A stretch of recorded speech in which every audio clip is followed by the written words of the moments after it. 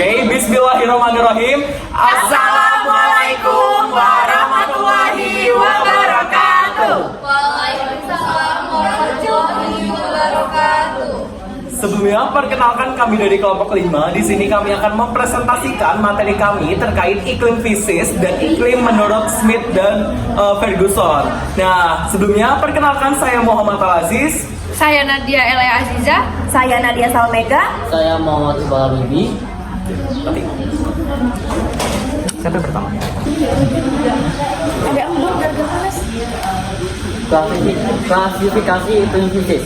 Klasifikasi iklim fisis merupakan klasifikasi iklim yang pembagiannya berdasarkan pada kondisi sebenarnya suatu daerah yang dipengaruhi oleh alam dan lingkungan sekitarnya. Faktor-faktor yang mempengaruhi antara lain ada dataran luas, lautan, angin, arus laut, vegetasi, dan topografi.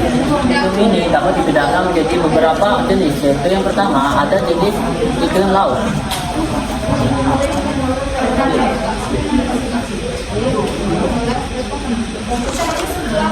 Ada beberapa jenis iklim fisis, yaitu ada iklim laut, iklim darat, iklim gunung, dan iklim musim.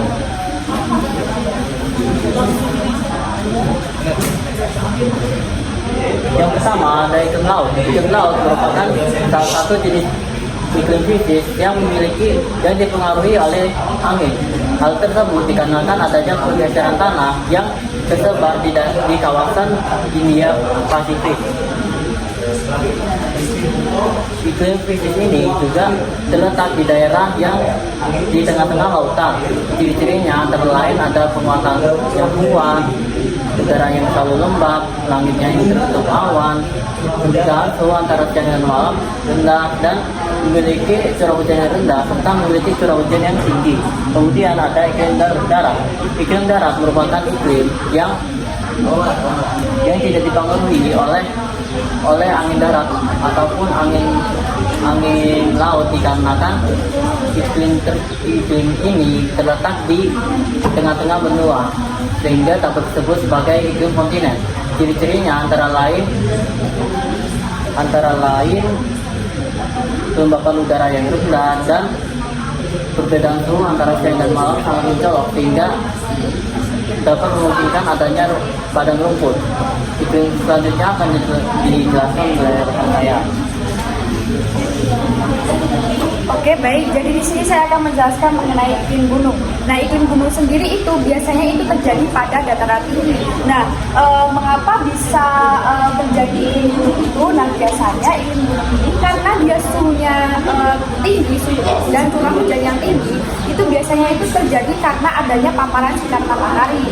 Nah, untuk iklim gunung itu sendiri, ciri-cirinya itu terdapat pada daerah yang beriklim sedang, dan bisa juga pada lereng itu biasanya terjadi hujan, dan bisa juga terdapat salju di dalam lereng tersebut.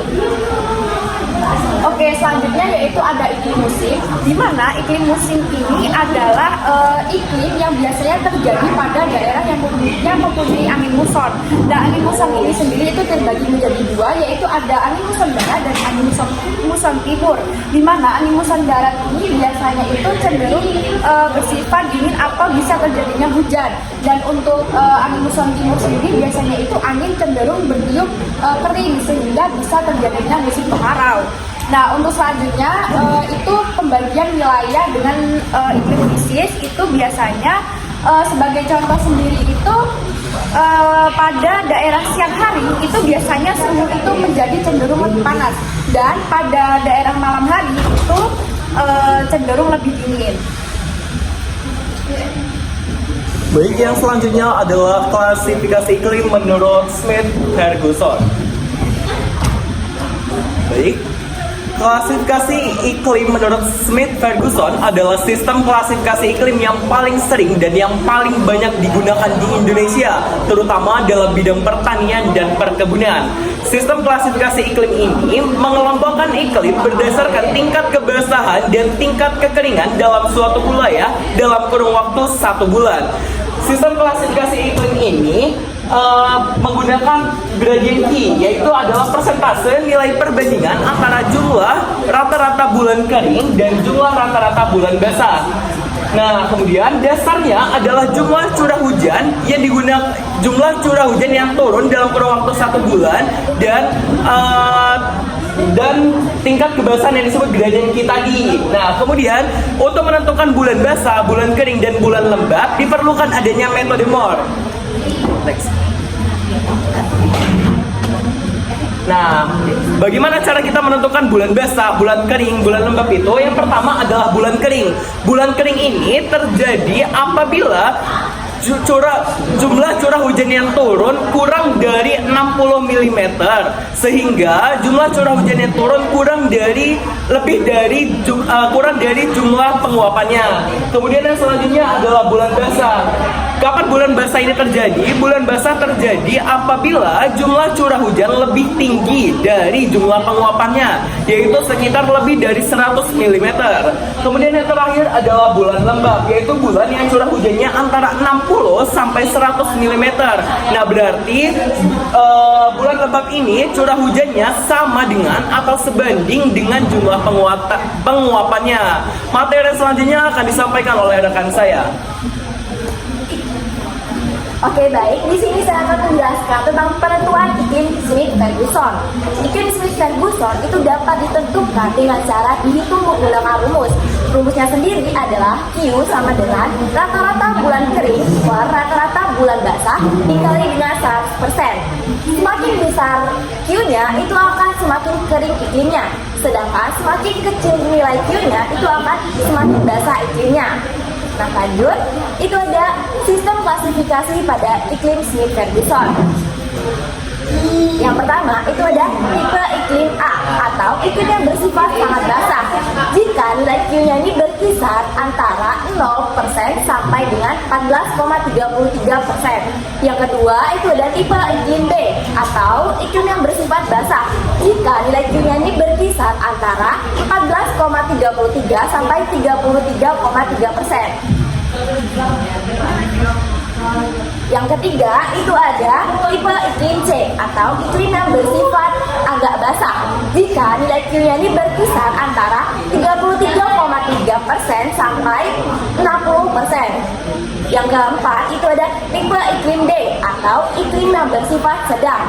Jika nilai Q-nya ini berkisar antara 60% sampai 100%. Yang kelima, itu ada tipe iklim E atau iklim yang bersifat agak kering. Jika nilai Q-nya ini berkisar antara 100% sampai 167%. Yang keenam, itu ada tipe iklim F atau iklim yang bersifat kering. Jika nilai Q-nya ini berkisar antara 167 sampai 300%. Yang ketujuh, itu ada tipe iklim G atau iklim yang bersifat sangat kering. Jika nilai Q-nya ini berkisar antara 300% sampai 700%. Yang kedelapan, itu ada tipe iklim H atau iklim yang sudah kering yang sangat ekstrim. Jika nilai Q-nya ini berkisar antara lebih dari 700%. Selanjutnya yaitu sesi tanya jawab. Dipersilakan kepada teman-teman untuk dapat memberikan pertanyaan ataupun diskusi lainnya. Putri izin bertanya kepada kelompoknya Aziz tadi mengenai klasifikasi iklim ya. Nah, iklim fisis tadi itu sudah dijelaskan. Nah, saya ingin bertanya lagi tentang curah hujan yang di atas 60 mm dengan di bawah 60 mm. Nah, yang di bawah 60 mm itu adalah bulan kering. Artinya kan tadi didominasi oleh uap air yang ada di sana daripada kandungan air yang ada di atmosfer tersebut itu kan. Nah, proses tersebut itu bisa menghasilkan apa akibat dari proses bulan kering tersebut. Terima kasih. Oke, saya Nadia Gantika, saya dari kelompok 6. Saya ingin bertanya, tadi sudah dijelaskan bahwa terdapat suatu faktor yang mempengaruhi adanya iklim fisis. Nah, saya ingin bertanya, tadi sudah dijelaskan, tadi sudah dicantumkan adanya topografi. Nah, topografi seperti apa yang menjadi faktor adanya pengaruh dari iklim fisis ini? Baik, terima kasih atas pertanyaan yang telah diberikan oleh Vivi dan Naila. Izinkan kami untuk menjawab. Pertama, pertanyaan dari Vivi. Oke, di sini saya Nadia Aziza akan menjawab pertanyaan dari Vivi Niswal Putri. Nah, mengenai bagaimana dampak dari jika itu kurang dari 60 mm. Nah, tentunya itu ada banyak sekali dampaknya. Ada beberapa, yaitu yang pertama adanya kerusakan ekosistem. Nah, kerusakan ekosistem itu biasanya karena itu curahnya itu kurang, jadi banyak habitat-habitat atau kerusakan-kerusakan yang ada pada ekosistem. Yang selanjutnya yaitu ada kekurangan air bersih. Nah, kenapa bisa kekurangan air bersih? Karena pada dasarnya jika itu kurang dari 60 mm itu air itu akan cenderung mengurang, sehingga juga dapat menyebabkan habitat-habitat yang ada pada lingkungan itu menjadi punah karena airnya itu kekurangan seperti itu. Selanjutnya akan dijelaskan oleh Nadia Salam. Oke, baik, saya izin menambahkan dampak lain dari curah hujan yang kurang dari 60 mm itu sendiri ada kerusakan pertanian atau tanaman. Karena tanaman sendiri itu tuh butuh air untuk bertumbuh. Jika curah hujan itu kurang dari 60 meter atau juga kering, itu akan menyebabkan gagal panen. Cukup? Baik, di sini saya akan menjawab pertanyaan dari Naila, bagaimana pengaruh topografi dalam klasifikasi iklim krisis. Nah, topografi itu kan bentuk permukaan bumi, sedangkan iklim krisis itu dibagi menjadi 4, darat, laut, pegunungan, dan musim. Otomatis, topografi sangat mempengaruhi dalam klasifikasi iklim krisis. Semisal, bentuk permukaan buminya di sekitar lautan, pantai, samudera, otomatis dia akan berubah menjadi iklim krisis. Seperti itu juga dengan iklim darat, yang dimana bagaimana jika dia berada di tengah-tengah benua, daratan yang luas, dia akan berubah menjadi iklim darat. Begitu pula berikutnya adalah iklim pegunungan. Ketika dia berada di sebuah pegunungan yang tinggi, dia akan berubah menjadi iklim pegunungan. Terima kasih atas pertanyaan yang telah diberikan. Semoga apa yang telah kami sampaikan dapat bermanfaat, sehingga dapat kita simpulkan bahwa iklim krisis itu dibagi menjadi 4. Yang pertama adalah iklim laut, iklim darat, iklim gunung, dan iklim musim. Kemudian iklim menurut Smith Ferguson itu adalah iklim yang paling sering digunakan di Indonesia. Kemudian menurut metode Moore bulan dibagi menjadi 3. Bulan basah yang dimana curah hujannya lebih dari 100 mm, bulan lembab yang dimana curah hujannya antara 60 sampai 100 mm, kemudian bulan keringnya curah hujannya kurang dari 60 mm. Semoga apa yang telah kami sampaikan dapat bermanfaat untuk kita semua. Kurang lebihnya kami mohon maaf. Wabillahi taufiq wal hidayah. Wassalamualaikum warahmatullahi wabarakatuh.